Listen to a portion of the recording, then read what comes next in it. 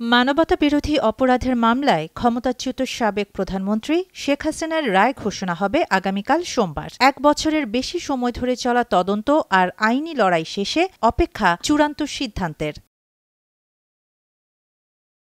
এ পর্যন্ত শেখ হাসিনার বিরুদ্ধে মোট ৫৮৩টি মামলা হয়েছে। এর মধ্যে ৩২৪টি হত্যা মামলা, এছাড়া দুদকের করা আরও ৭টি মামলা। পুলিশ সদর দপ্তরের হিসাবে জুলাই-আগস্ট আন্দোলনের পর সারা দেশে দায়ের হয়েছে ১৬০২টি মামলা, যার মধ্যে ৫৯৯টি হত্যা মামলা। শেখ হাসিনাকে আসামি করা হয়েছে দেশজুড়ে দায়ের হওয়া মোট ৫৭৬টি মামলায়, যার মধ্যে আন্তর্জাতিক অপরাধ ট্রাইব্যুনালে রয়েছে ২৭টি মানবতা বিরোধী অপরাধের মামলা।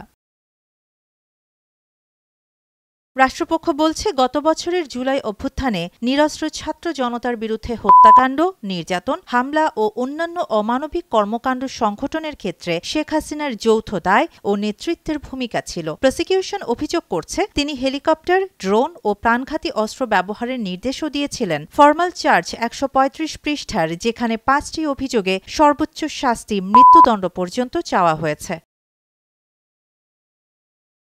ট্রাইব্যুনালের চিফ প্রসিকিউটর তাজুল ইসলামের দাবি, বিচার স্বচ্ছ ও স্বাধীনভাবেই চলছে। তবে প্রবীণ আইনজীবী ZI খান পান্নার মতে, দেশের রাজনৈতিক পরিস্থিতিতে এই বিচার কতটা স্থায়ী বা গ্রহণযোগ্য হবে তা অনিশ্চিত। তিনি ইঙ্গিত দেন, ভবিষ্যতের রাজনৈতিক পালাবদল হলে রায় নাও টিকে থাকতে পারে।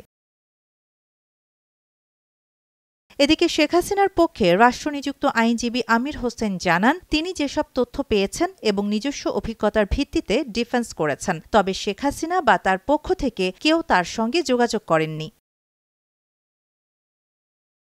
জুলাই মাসে আদালত অবমাননার মামলায় শেখ হাসিনা ৬ মাসের বিনাশ্রম কারাদণ্ড পান। ক্ষমতাচ্যুত হওয়ার পর এটি ছিল প্রথম রায়। একটি অডিও কথোপকথন, যেখানে ২২৬ জনকে হত্যার লাইসেন্স প্রসঙ্গ আসে, তার সত্যতা যাচাইয়ের পর এই রায় দেয়া হয় বলে জানায় প্রসিকিউশন। অন্যদিকে অন্তর্বর্তী সরকারকে উৎখাত ও রাষ্ট্রবিরোধী চক্রান্তে অংশ নেওয়ার অভিযোগে দায়ের হওয়া রাষ্ট্রদ্রোহের আরেকটি মামলা বিচারিক আদালতে বদলি হয়েছে। সেই মামলায় শেখ হাসিনা সহ ২৬১ জন পলাতক হিসেবে তালিকাভুক্ত।